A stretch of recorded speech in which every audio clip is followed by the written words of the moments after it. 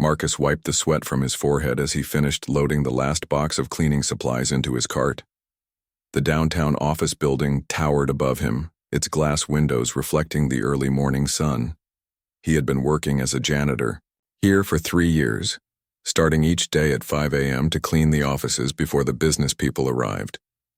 His phone buzzed with a text from his neighbor, Mrs. Chen. "Emma is doing great this morning. She helped me water the plants and we practiced her letters. Don't worry about picking her up early today." A smile crossed Marcus's tired face. Emma was his everything, his 7-year-old daughter who had been born deaf. After his wife, Sarah, died in a car accident 2 years ago, it had just been the two of them against the world. Learning sign language had been one of the hardest things he'd ever done. But seeing Emma's face light up when they could finally communicate properly made every late-night studying worth it. Marcus pushed his cart toward the elevator, heading to the 15th floor where the executive offices were located. He had memorized the routine perfectly. Clean the conference rooms first, then the individual offices, and always save the corner office for last. That belonged to Victoria Sterling, the CEO of Sterling Industries. He had only seen her a few times in passing. She was always rushing somewhere with her assistant, talking rapidly on her phone, her designer heels clicking against the marble floors. She seemed to live in a different world from his, one filled with important meetings, expensive suits, and decisions that affected hundreds of employees. As the elevator reached the 15th floor, Marcus noticed something unusual. The lights were already on in Miss Sterling's office, and he could see her silhouette through the frosted glass door. It was barely 6 a.m. He had never encountered any executives this early before. Marcus hesitated for a moment, then decided to start with the other offices and come back to hers later. But as he began cleaning the conference room, he heard something that made him stop. It was the sound of someone crying, not loud sobs, but quiet, heartbroken weeping. The sound was coming from Ms. Sterling's office. Marcus had always minded his own business. In his line of work, you learn to be invisible, to clean around people's lives without getting involved. But something about those quiet tears reminded him of the nights after Sarah's funeral, when he would sit in Emma's room watching her sleep, trying not to let his own grief wake her up. He finished the conference room quickly and moved to the offices adjacent to the CEO's. The crying had stopped, but now he could hear a phone conversation through the thin walls. "I don't know what else to do, Mom," came Ms. Sterling's voice, strained and exhausted. "The doctors say there's nothing wrong with her hearing, but she hasn't spoken a single word since the accident. It's been 8 months, 8 months of silence." Marcus's hands stilled on the desk he was cleaning. He knew that kind of silence. Emma had been born into it, but he had worked with other deaf children at the community center who had lost their hearing or stopped speaking after trauma. "She just sits there," Ms. Sterling continued. "She won't play with other children, won't respond to the therapists. She only communicates by pulling on my sleeve or pointing at things. I'm losing her, Mom. I'm losing my daughter, and I don't know how to get her back." The conversation ended, and Marcus heard the sound of a chair being pushed back, footsteps pacing across the office floor. He tried to focus on his work, but his mind kept drifting to Emma, and how lost he had felt before they found their way to communicate. An hour later, as he was cleaning the hallway outside Ms. Sterling's office, the door opened suddenly. She stepped out, nearly colliding with his cart. Up close, Marcus could see the exhaustion in her eyes. The way her usually perfect appearance was slightly disheveled. "I'm sorry," she said quickly, not really looking at him. "I didn't realize you were out here." "No problem, ma'am," Marcus replied, moving his cart aside. "I can come back later if you need me to." She was about to walk away when something made her pause. Maybe it was the kindness in his voice, or the way he had instinctively stepped back to give her space. She turned around and really looked at him for the first time. "You're here very early," she said, though it sounded more like an observation than a question. "Yes, ma'am. I start at 5. Less people around, easier to get the work done." Marcus wasn't sure why he was explaining himself, but something about her seemed different from the rushing executive he had glimpsed before. Victoria nodded slowly. There was something calming about this man's presence, something that made her want to stay in this hallway conversation instead of rushing off to another meeting where she would have to pretend everything was fine. "I'm Victoria," she said, suddenly extending her hand. "Marcus," he replied, shaking her hand briefly before remembering the cleaning gloves he was wearing. "Sorry about the gloves." "Don't apologize." Victoria surprised herself by smiling, the first genuine smile she had managed in weeks. "Thank you for being so quiet this morning. I know you probably heard more than you wanted to." Marcus nodded respectfully. "We all have difficult mornings, ma'am. I hope things get better for you." As Victoria walked toward the elevator, something about Marcus's words stayed with her. There had been no judgment in his voice, no curiosity about her personal business, just simple human kindness from someone who understood that life could be hard. She didn't know it yet, but this brief encounter would change everything for both her and her daughter. Sometimes the most important meetings happen not in conference rooms but in quiet hallways at dawn, between two people who are both trying their best to hold their worlds together. Marcus returned to his cleaning, but he couldn't shake the image of the pain in Victoria Sterling's eyes. It was the same pain he had seen in his own reflection during those first difficult months with Emma, the pain of loving someone so much and not knowing how to reach them. He made a mental note to arrive a few minutes later tomorrow, to give Ms. Sterling the privacy she clearly needed during these early morning hours. It was a small kindness, but Marcus had learned that sometimes small kindnesses were the most important ones of all. 3 weeks had passed since that first encounter in the hallway, and Marcus had adjusted his schedule to arrive 15 minutes later each morning. He figured it was the least he could do to give Ms. Sterling the privacy she needed. But on this particular Thursday morning, something was different. As Marcus stepped off the elevator on the 15th floor, he could hear voices coming from the CEO's office, and one of them was small, young, and clearly distressed. He paused, recognizing the universal sound of a child having a meltdown. Through the frosted glass he could see two figures, the tall silhouette of Ms. Sterling, and a much smaller one that had to be her daughter. The child was obviously upset, and he could hear Mrs. Sterling's voice trying to soothe her. "Please, sweetheart, I know you don't want to be here, but Mommy has this one important meeting and then we can go home, I promise." Marcus hesitated. This was definitely not his business, but the crying was getting more intense and he could hear the desperation growing in Miss Sterling's voice. His experience with Emma had taught him that sometimes when children were overwhelmed, they needed a different approach. The office door opened abruptly, and Miss Sterling appeared looking frazzled. Her usually perfect hair was messy, and there were tear stains on her silk blouse. Behind her, a little girl sat on the floor, her back turned to the door, her small shoulders shaking. "I'm so sorry," Victoria said, noticing Marcus in the hallway. "The babysitter got sick at the last minute, and I have this board meeting in an hour. I know this is unprofessional, but I didn't know what else to do." Marcus looked past her at the little girl.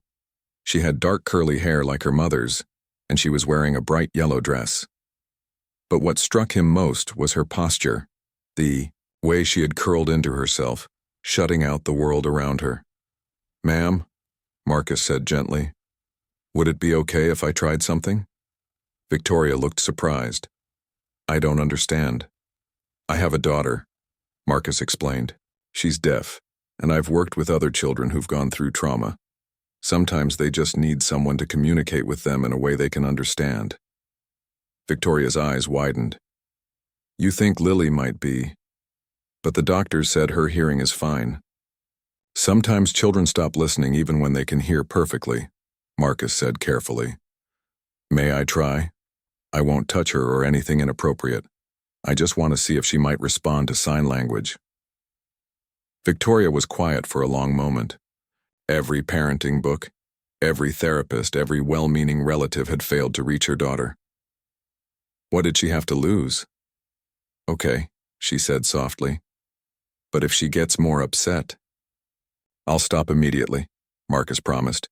He approached slowly, moving into Lily's line of sight but keeping a respectful distance. The little girl looked up at him with wide, tear-filled brown eyes. Marcus smiled gently and sat down on the floor, making himself less intimidating.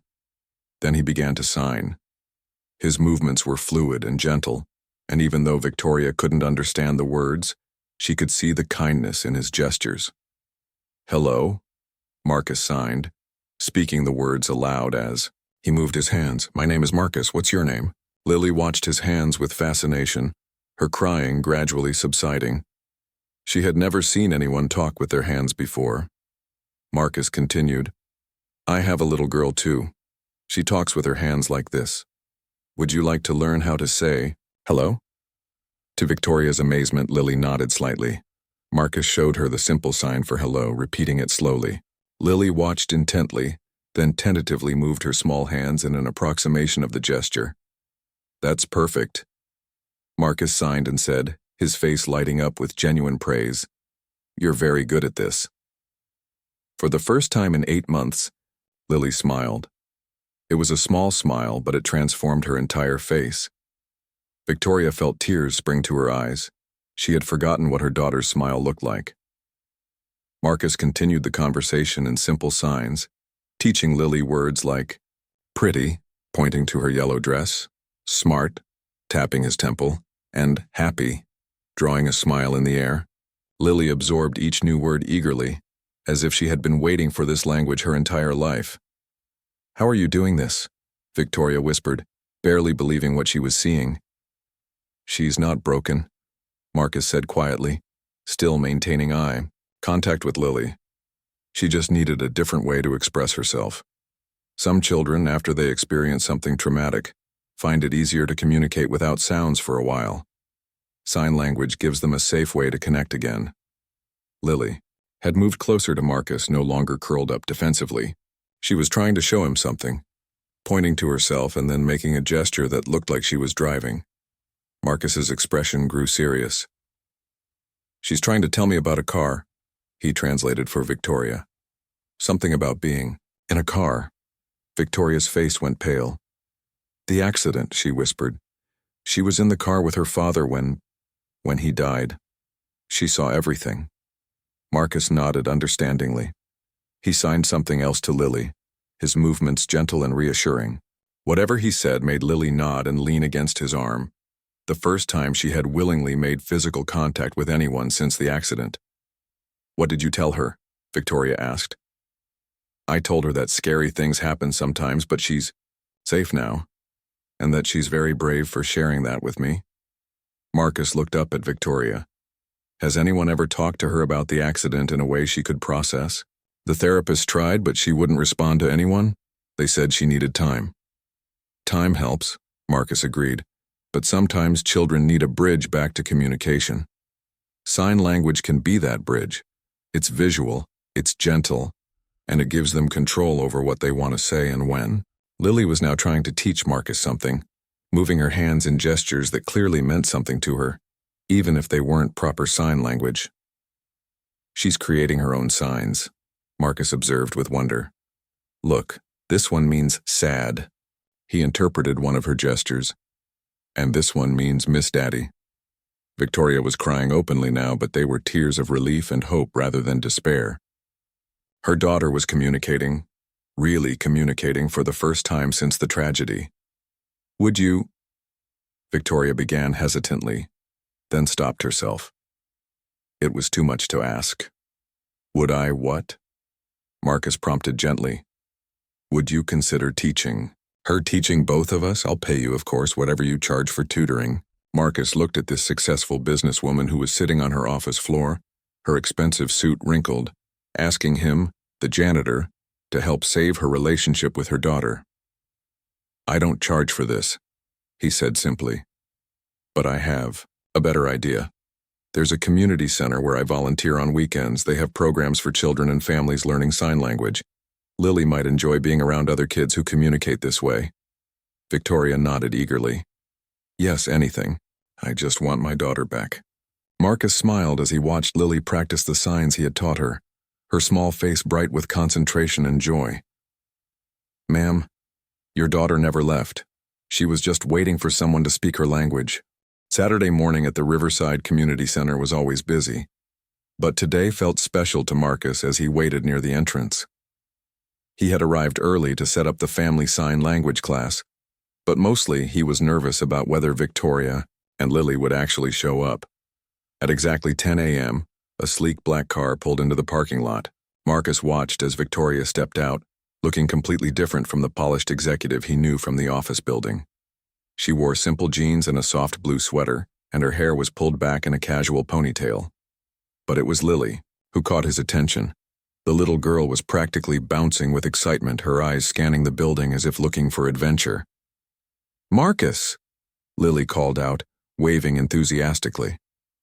Over the past week, she had started using her voice again, though she still preferred signing for important conversations.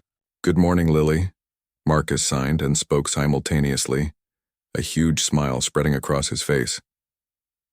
"Are you ready to meet some new friends?" Lily nodded eagerly, then tugged on her mother's hand and signed something quickly. "She wants to know if there will be other children here who talk with their hands like she does," Victoria translated, her own signing still clumsy but improving daily. "Absolutely," Marcus confirmed. "And I have someone very special I want you both to meet." He led them inside the community center, past colorful murals painted by local children and bulletin boards covered with photos from various programs. The main classroom had been arranged in a circle with small chairs, and several families were already seated and chatting, some speaking aloud, others signing, and many doing both. "Emma, come here, please," Marcus called across the room. A little girl with pigtails and a bright pink dress came running over. She was slightly smaller than Lily, with her father's warm brown eyes and an infectious grin. "This is my daughter Emma," Marcus said, placing a gentle hand on her shoulder. "Emma, I'd like you to meet my new friend Lily and her mom, Ms. Victoria." Emma immediately began signing, her hands moving with the fluency of someone who had been communicating this way her entire life. She says, "Hello, I'm happy to meet you. Do you want to be friends?" Marcus translated for Victoria, though Lily was already nodding and trying to sign back. "Hello, Emma." Lily signed carefully, then added out loud, "I like your dress." Emma beamed and responded in sign, "I like your shoes, they're sparkly." Within minutes, the two girls were deep in conversation, using a mixture of signs, gestures, and giggles that transcended any language barrier. Victoria watched in amazement as her daughter, who had been so withdrawn and fearful, chatted animatedly with this new friend. "She's never taken to another child so quickly," Victoria murmured to Marcus. "Emma has that effect on people," Marcus replied proudly. "She's never met a stranger. Being deaf from birth, she's always been fearless about communication. She doesn't see barriers the way hearing people sometimes do." The class began with introductions, and Marcus was touched to see Victoria bravely sign her name and tell the group a little about herself and Lily. Her signing was hesitant, but her effort was genuine, and the other families welcomed them warmly.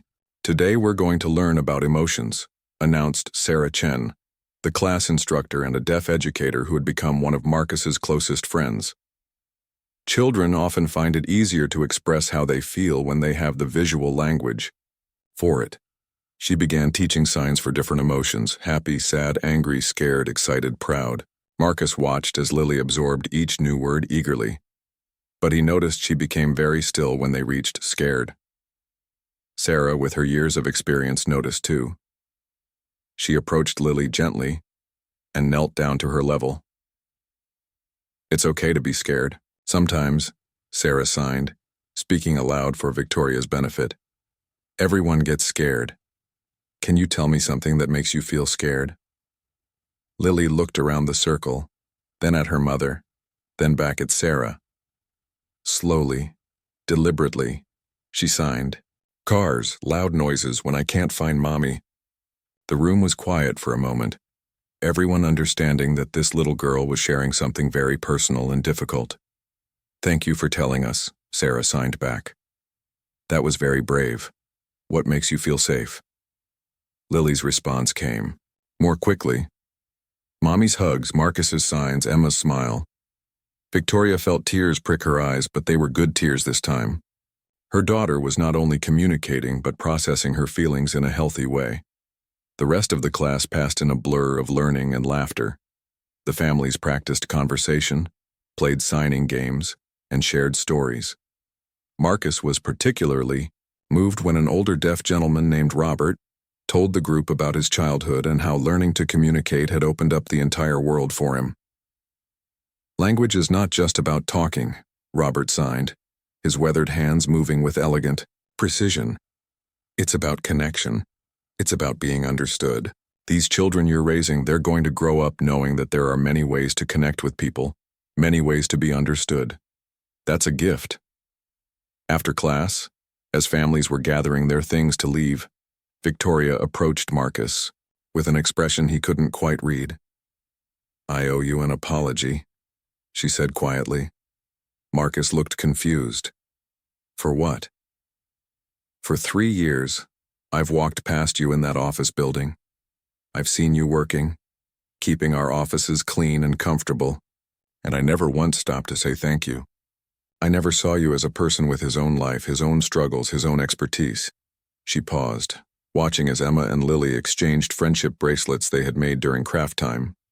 "I was so caught up in my own world, my own problems, that I missed the fact that the person who could help my daughter the most was right there all along. I'm ashamed of that." Marcus was quiet for a moment, then smiled. "Ms. Sterling, you don't owe me any apology. We all live in our own worlds sometimes. What matters is what happens when those worlds come together. Victoria," she corrected gently. "Please call me Victoria. And I meant what I said about payment. This is too valuable to accept for free." "Tell you what," Marcus said, glancing at their daughters who were already making plans for a play date. "Instead of paying me, why don't you make a donation to the community center? They do amazing work here, but they always need support." Victoria nodded immediately. "Of course, but there has to be something I can do for you personally. You've given me back my daughter." Marcus considered this. As a single father working as a janitor, there were certainly things that would make his life easier. But looking at Emma and Lily giggling together, he realized what would mean the most to him. "There is one thing," he said. "Emma's always been the only deaf child in her regular school. She's learned to navigate the hearing world, but she's never had a friend who could really understand her experience. If Lily would like to be that friend." "I think they've already decided that for themselves," Victoria said, watching as the two girls signed best friends to each other. As they walked toward the parking lot together, Marcus carrying Emma on his shoulders while she chattered in sign language about her new friend, Victoria realized that her life had changed completely in the span of just 2 weeks. She had found help for Lily, but she had also found something she hadn't even known she was missing. A glimpse into a different kind of strength, a different way of seeing the world. "Same time next week?" she asked as they reached her car. "Wouldn't miss it," Marcus replied, then added with a grin. "Besides, I think Emma would never forgive me if we didn't come back." Emma, overhearing, signed emphatically, "Lily is my best friend now. We have to come back forever and ever." "Forever and ever, it is," Victoria signed back, her movements getting more confident each day. 2 months had passed since that first Saturday at the community center, and the friendship between Emma and Lily had blossomed into something beautiful. More surprisingly to Victoria, she found herself looking forward to these weekend classes, almost as much as her daughter did. On this particular Saturday, Marcus arrived at the community center to find Victoria already there, sitting on a bench outside with 2 coffee cups and looking thoughtful. "You're early today," he observed, accepting the coffee gratefully. "Everything okay?" Victoria was quiet for a moment, watching as Emma and Lily ran toward each other across the parking lot with their usual enthusiasm. Over the past weeks, she had come to appreciate Marcus's direct but gentle way of asking about difficult things. "I got some news yesterday," she said finally. "Lily's therapist says she's made more progress in these 2 months than in the previous 8 combined. She wants to know what changed." Marcus smiled. "That's wonderful news. You must be relieved." "I am. But it also made me realize something I've been avoiding." Victoria took a sip of her coffee, gathering her thoughts. "I've been so focused on helping Lily heal from losing her father that I never dealt with my own grief. I threw myself into work, convinced myself that being strong meant not falling apart. But watching you with Emma, seeing how you balance everything as a single parent, I realize I've been doing this all wrong. Marcus sat down beside her on the bench. Over the weeks, their conversations had moved from polite small talk to genuine friendship, but this felt different, more vulnerable. There's no wrong way to survive loss, he said quietly. When Sarah died, I made plenty of mistakes. I was angry at the world, bitter about having to raise Emma alone, terrified that I wasn't enough for her. How did you get through it? Emma saved me, honestly. She needed me to learn sign language, needed me to be present, needed me to figure out how to communicate with her. I had to put aside my own pain long enough to focus on hers. And somewhere along the way, helping her heal helped me heal too. Victoria nodded, understanding flickering in her eyes. Lily's been trying to save me too, hasn't she? All those months of silence. Maybe she wasn't just processing her own trauma. Maybe she was trying to protect me from mine. Children are smarter than we give them credit for, Marcus agreed. They feel everything we feel even when we think we're hiding it. Inside the community center, their daughters were already deep in conversation with some of the other children. Victoria and Marcus could see them through the window, Emma patiently teaching a new boy some basic signs while Lily helped demonstrate. Look at them, Victoria said with wonder. A few months ago, Lily wouldn't even make eye contact with other children. Now she's helping teach them. Emma's never had that before either, Marcus admitted. She's always been the one learning to fit into everyone else's world. Having Lily as a friend, having someone who understands sign language naturally now, it's given her confidence I didn't even know she was missing. They sat in comfortable silence for a while, watching their daughters through the window. It had become their routine, these few minutes before class where they checked in with each other, shared the challenges and victories of single parenting. Marcus, Victoria said suddenly, can I ask you something personal? Sure. Do you ever date? Do you ever think about finding someone? Marcus was quiet for a long moment.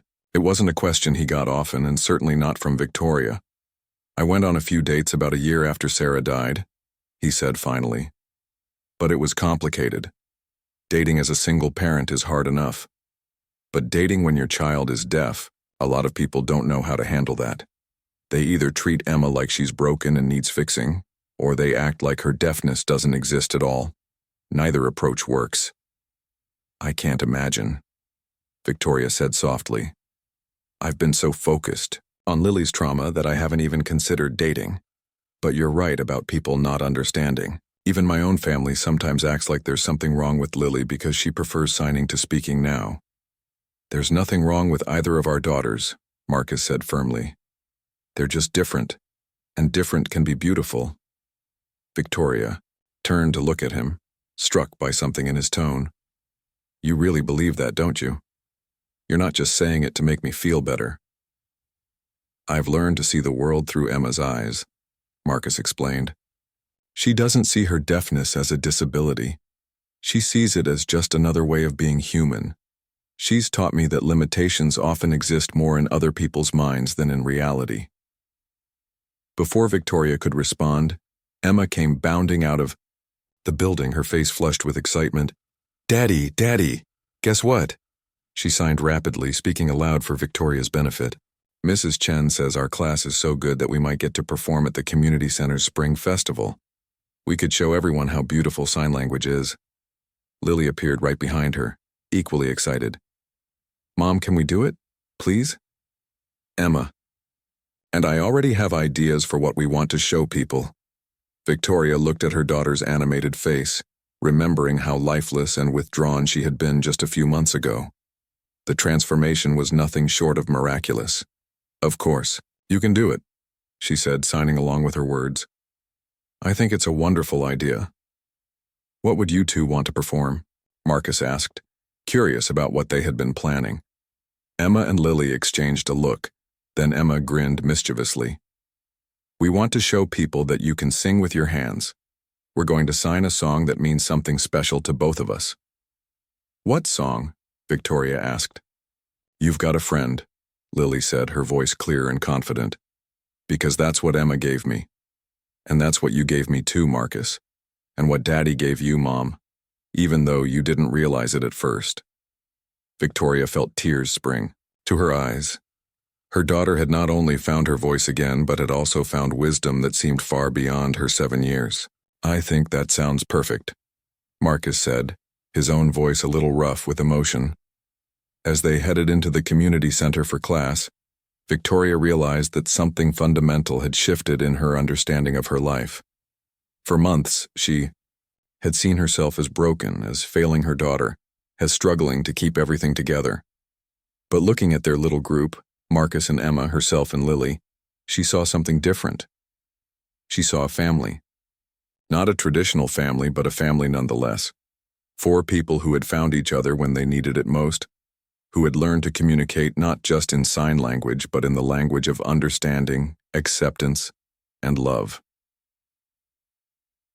The spring festival was still 2 months away, but Victoria found herself looking forward to it not just because Lily was excited, but because it would be a chance to celebrate how far they had all come.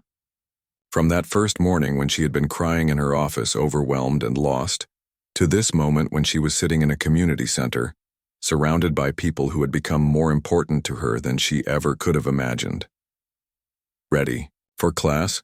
Marcus asked, holding the door open for her. "Ready," Victoria replied, and for the first time in a very long time, she truly meant it. The morning of the spring festival dawned bright and clear, but Victoria woke up with butterflies in her stomach. She had been to countless board meetings, given presentations to rooms full of executives, and negotiated million-dollar deals.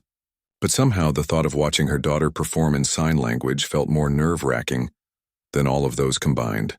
"Mom, you're pacing again," Lily observed from the kitchen table where she was carefully eating her breakfast to avoid spilling anything on her special festival dress.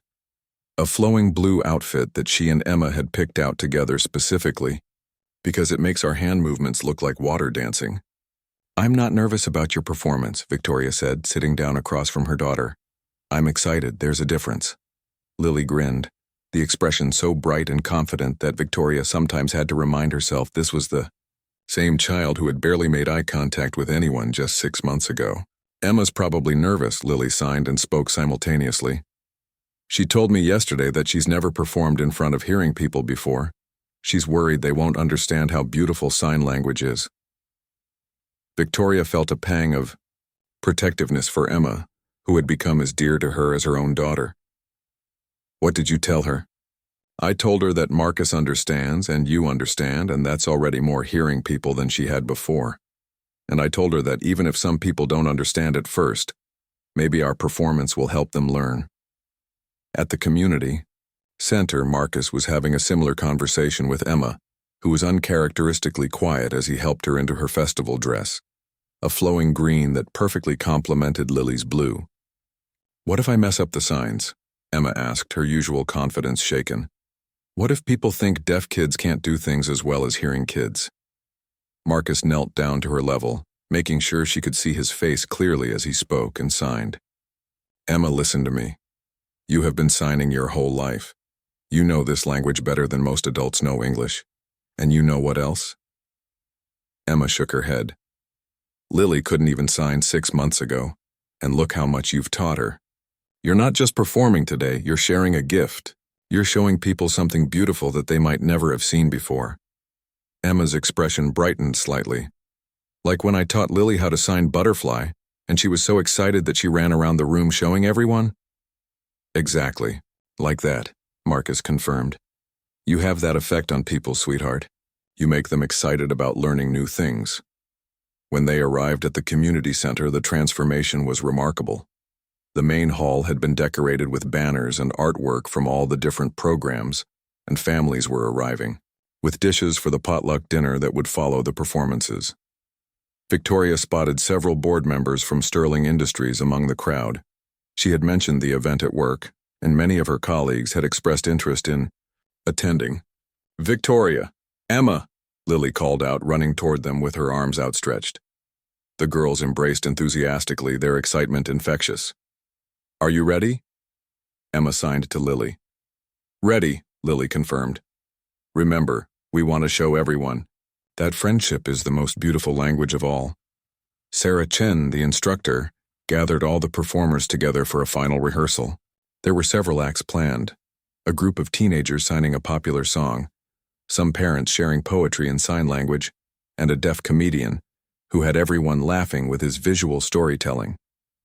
But it was Emma and Lily's performance that had drawn the most anticipation.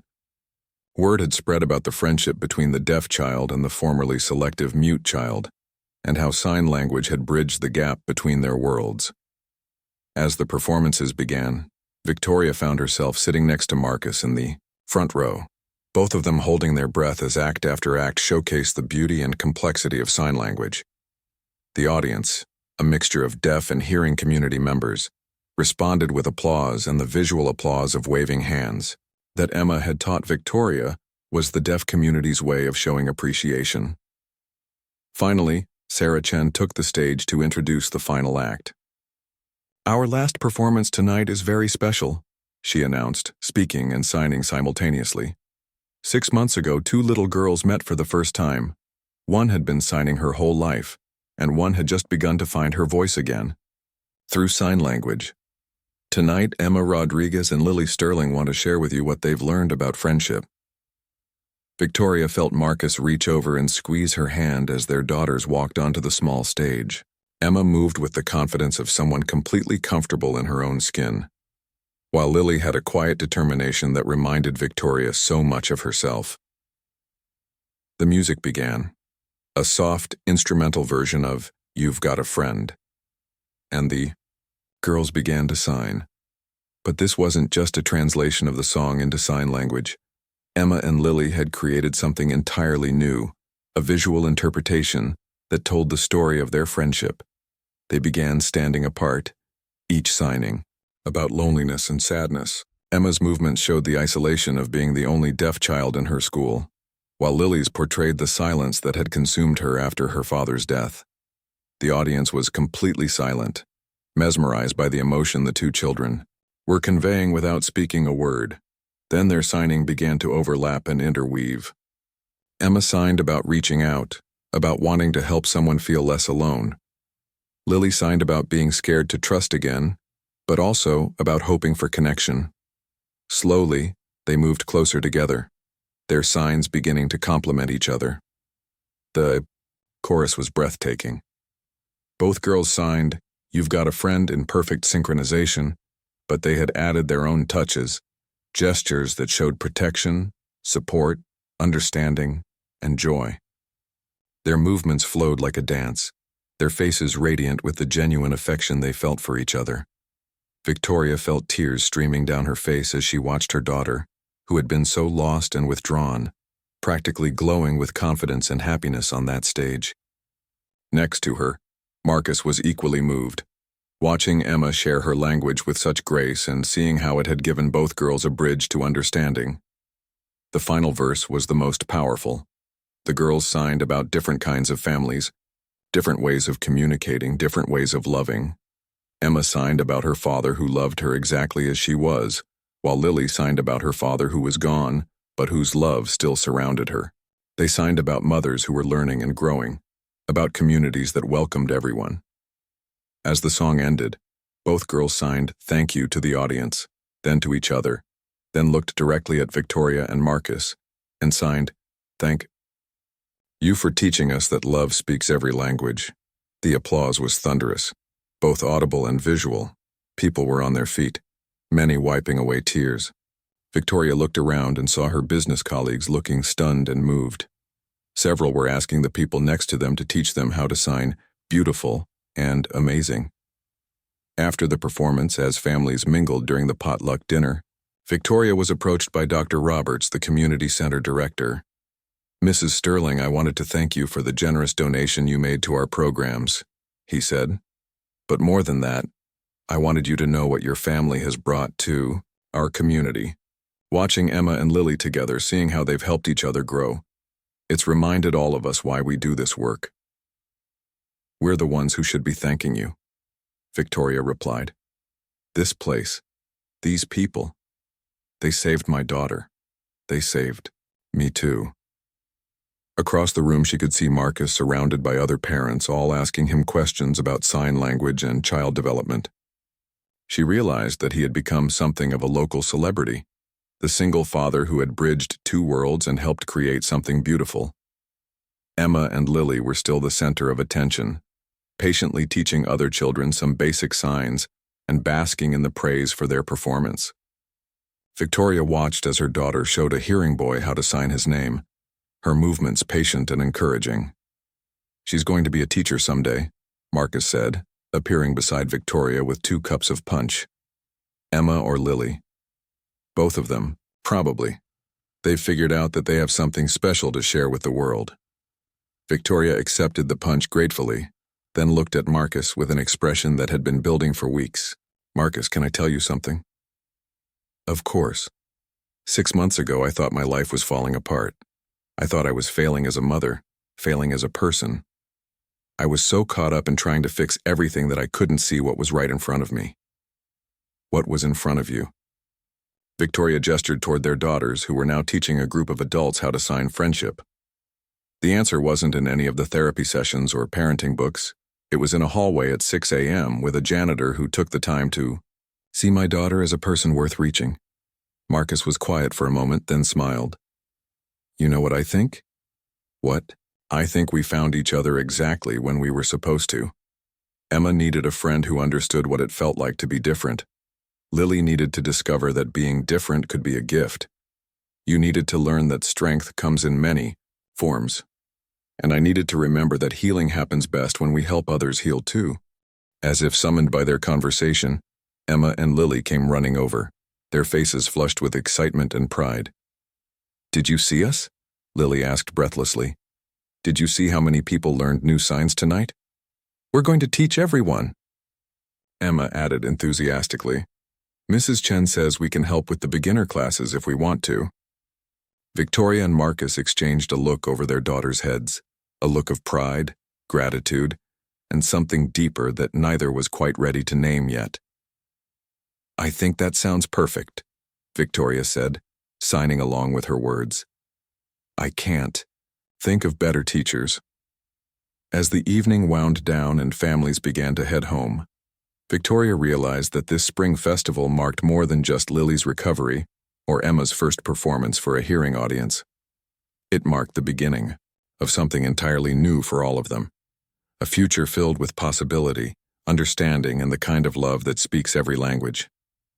1 year later, Victoria stood in the conference room of Sterling Industries, but this meeting was unlike any she had ever held before. Around the polished table sat her executive team, but also Sarah Chen from the Community Center, Marcus, and Dr. Roberts. On the wall, a presentation displayed the logo for the Sterling Foundation's newest initiative, Bridges of Communication.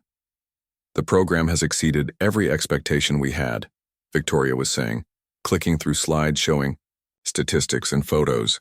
"In the past 6 months, we've funded sign language programs in 12 schools across the city, trained over 200 teachers, and provided scholarships for 30 families to attend communication therapy." Marcus watched from his seat at the table, still sometimes amazed to find himself in boardrooms that he used to clean. 6 months ago, Victoria had approached him with an offer that had changed his life, to become the director of community outreach for the Sterling Foundation, focusing specifically on accessibility and communication programs. "The success stories speak for themselves," Victoria continued, advancing to a slide showing children of various ages signing together. "But I think our program coordinators can tell you better than any statistics what this initiative has accomplished." Sarah Chen stood up, her movements confident as she addressed the room in both spoken English and sign language. "What we've learned this year is that communication barriers affect entire communities, not just individuals. When we teach sign language in schools, hearing children become more empathetic and inclusive. When we train teachers to work with deaf and hard of hearing students, everyone benefits from more visual and kinesthetic learning approaches." Marcus nodded and added, "We've also discovered that many children who struggle with traditional verbal communication, whether due to trauma, autism, anxiety, or other challenges, find their voices through sign language. It's not just about deafness. It's about giving every child multiple ways to express themselves." Victoria felt a familiar swell of pride as she watched Marcus speak. Over the past year, she had watched him transform from a hesitant janitor who, worried about speaking up in meetings, to a confident advocate who could hold his own in any room. His combination of lived experience and natural empathy made him uniquely qualified for his new role. The financial impact has been significant, too, added CFO Janet Miller, advancing to the next slide. Our employee satisfaction scores have increased by 23% since we began offering sign language classes as part of our professional development program, and our diversity and inclusion metrics have improved across every category. After the meeting ended and the executives had filed out, Victoria, Marcus, and Sarah remained in the conference room, reviewing the timeline for their next big project. I still can't believe the school board approved the proposal, Sarah said, shaking her head in wonder. A fully inclusive elementary school where sign language is taught to every student, hearing and deaf together. Emma and Lily are going to be so excited, Marcus said. They've been talking about what it would be like to go to a school where everyone could sign. Speaking of the girls, Victoria said, glancing at her watch, we should probably head to the community center. Saturday class starts in an hour, and they'll never forgive us if we're late. The drive to the community center had become a cherished routine. Victoria and Marcus usually carpooled, using the time to discuss foundation business, share parenting challenges, or simply enjoy each other's company. Their relationship had evolved slowly and naturally over the months, built on friendship, shared values, and deep respect for each other. Victoria, Marcus said as they pulled into the community center parking lot, there's something I've been wanting to talk to you about. She turned to look at him, noting something nervous in his expression that she hadn't seen in months. What is it? The girls have been asking questions, he said carefully. About us. About whether we're more than just friends. Victoria felt her heart skip a beat. This was a conversation she had been both hoping for and dreading. What kind of questions? Emma asked me last week if I love you the way I loved her mom. And apparently Lily asked you something similar, because Emma said you turned very red and changed the subject. Victoria laughed despite her nerves. They're too observant for their own good. What did you tell Emma? Marcus was quiet for a moment, his hand still on the steering wheel even though the car was parked. I told her that love comes in different forms, and that what I feel for you is different from what I felt for Sarah. But that doesn't make it less real or less important. And, what do you feel for me? Victoria asked softly. Marcus turned to face her fully. I love your intelligence and your determination. I love watching you learn sign language even when it's frustrating.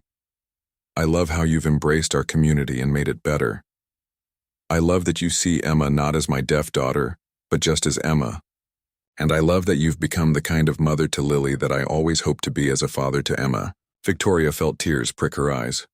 Marcus, I know it's complicated, he continued quickly. I know we come from different worlds, different backgrounds. I know people might not understand. But this year has taught me that the most important things in life aren't always the ones that make sense on paper. Victoria reached for his hand. Do you want to know what I told Lily when she asked me about us? Marcus nodded. I told her that sometimes the best families aren't the ones you're born into, but the ones you choose. I told her that love doesn't always look the way we expect it to, but that doesn't make it any less powerful. And what did she say? She said that sounded like something Emma would sign, that love speaks every language. Victoria smiled through her tears. Then she asked if that meant you and Emma might want to live with us someday. Marcus's eyes widened. What did you tell her? I told her that was a decision all four of us would need to make together. But I thought it sounded like a wonderful idea. They sat in comfortable silence for a moment, hands intertwined, watching as other families arrived for the Saturday class. Through the community center windows, they could see Emma and Lily already, inside, animated in conversation with some of the other children. So what happens now? Marcus asked. Now we go inside and watch our daughters teach sign language to a room full of people who are better for knowing them, Victoria said. And later we have a family meeting to talk about what comes next. B. Family meeting, Marcus repeated, testing the words. I like the sound of that. As they walked toward the community center entrance, Victoria reflected on the journey that had brought them to this moment. A year ago, she had been a broken executive, crying in her office, unable to reach her traumatized daughter. Marcus had been a lonely janitor, working invisibly in the background of other people's lives. Now they were partners in business and in life, raising their daughters together, creating programs that helped other families find their own bridges of communication. They had learned that love wasn't just about finding someone who complemented your strengths, but someone who helped you become stronger in your weak places. "Ready?" Marcus asked, holding the door open for her. "Ready," Victoria replied, signing the word as she spoke it. Inside, Emma and Lily spotted them immediately and came running over, their faces bright with excitement. "Guess what?" Emma signed enthusiastically. "Mrs. Chen says we might get to help teach the new teachers' workshop next month." "And guess what else?" Lily added. "We've been practicing a new song for the summer festival. It's about families that choose each other." Victoria and Marcus exchanged a meaningful look over their daughters' heads. "That sounds perfect," Victoria said, pulling both girls into a hug. "I can't wait to see what you've been working on." As the four of them walked into the classroom together, Victoria realized that this was what happiness looked like. Not the perfect life she had once imagined, but a real life filled with people who loved each other exactly as they were, who communicated in multiple languages, and who had learned that the most beautiful things in life often come from the most unexpected places. The community center buzzed with conversation in multiple languages: spoken English, sign language, and the universal language of laughter and love. And in the middle of it all, two little girls who had once been lost had found not only their voices but their family, proving that sometimes the most profound connections happen not in spite of our differences, but because of them.